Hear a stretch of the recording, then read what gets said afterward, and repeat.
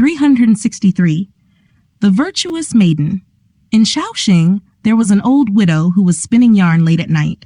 Suddenly, a young girl pushed the door open and smiled, saying, "Are you not tired, Grandma?" The old woman looked at the girl, who was about 18 or 19 years old, very beautiful, and dressed in splendid clothes. Astonished, the old woman asked, "Where did you come from? What are you here for?" The girl replied, "I felt that Grandma was living alone and lonely, so I came to accompany you." The old woman suspected that she might be a young lady who had run away from a noble family, so she repeatedly questioned her. The girl said, "Grandma, don't be afraid. I am also alone like you. I came to seek refuge with you because I admire your chastity. Isn't it good for both of us not to feel bored?" The old woman then suspected that she might be a fox fairy and hesitated to agree. Surprisingly, the girl got on the bed and started spinning yarn for her, saying, "Grandma, don't worry. I am most familiar with this kind of work and will definitely not freeload on your food." The old woman felt that she was gentle, beautiful, and lovely, so she felt relieved. As the night grew late, the young girl said to the old woman, "It's getting late. The bedding and pillows I brought are still outside the door. When you go out to relieve yourself, please bring them in for me."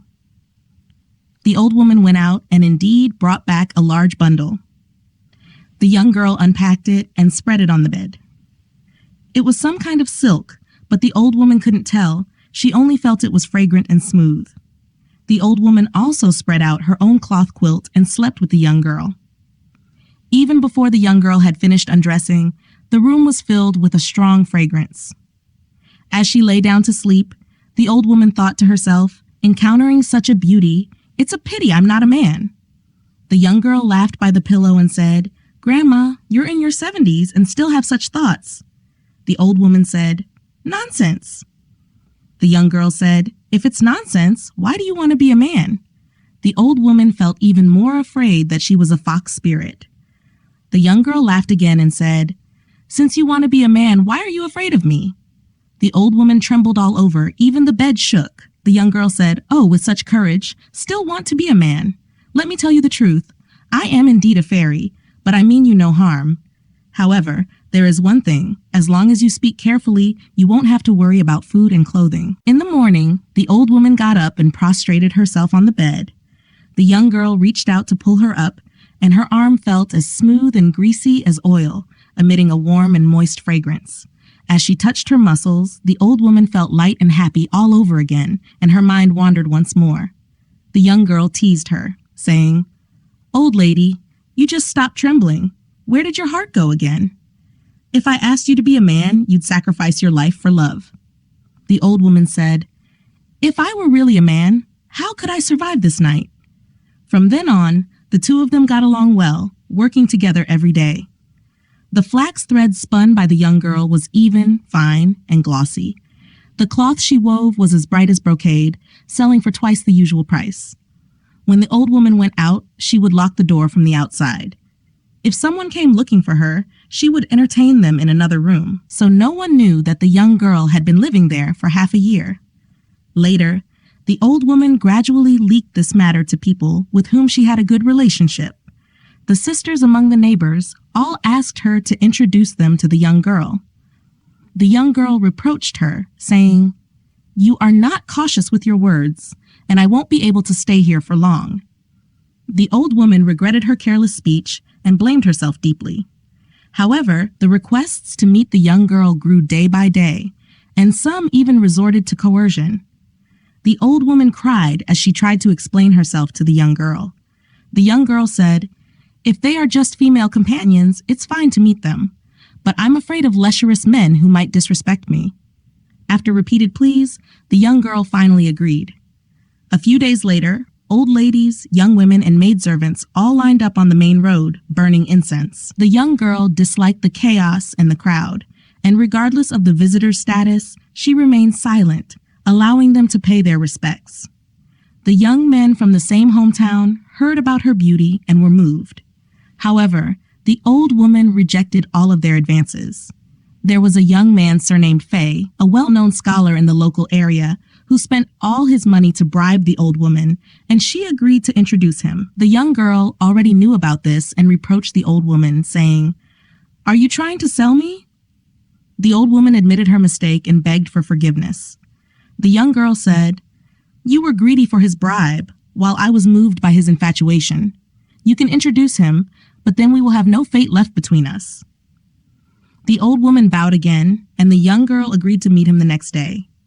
Faye, upon learning this, was overjoyed and went to her with incense and candles, bowing deeply upon entering. The young girl spoke to him from behind the curtain, asking, "You were willing to spend all your wealth just to see me. Is there something you want to tell me?" Faye replied, "I dare not have any other request. I only wish to see you because in ancient times I have only heard of beauties like Wang Zhaojun and Shi Shi, but never seen them. If you don't mind my ignorance and ordinariness, just allowing me to broaden my horizons would satisfy me. If it's destined that I can never meet you, it's not what I would like to hear." After speaking, he suddenly saw the young girl's face through the curtain, her emerald eyebrows and vermilion lips clearly visible as if there were no curtain blocking them. Faye was captivated and overwhelmed, and he involuntarily bowed down in worship.